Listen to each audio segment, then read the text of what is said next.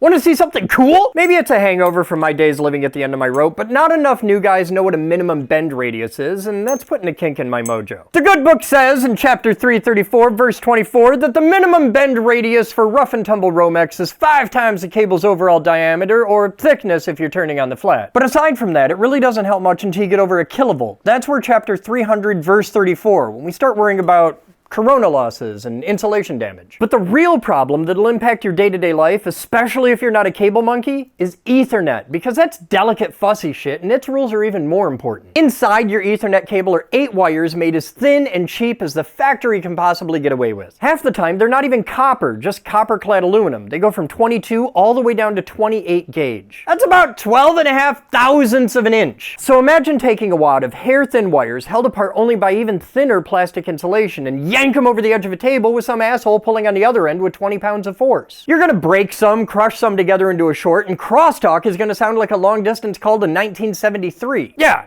now try blasting low power radio down them. What happens? That's why when you yank these into knots or leave them on the floor getting stepped on, your internet sucks. It doesn't matter how good your gear is if the cables connecting it are trash. They're the invisible, ignored, integral component of infrastructure at every scale. Take the time to care about your connectivity, because that's pretty cool.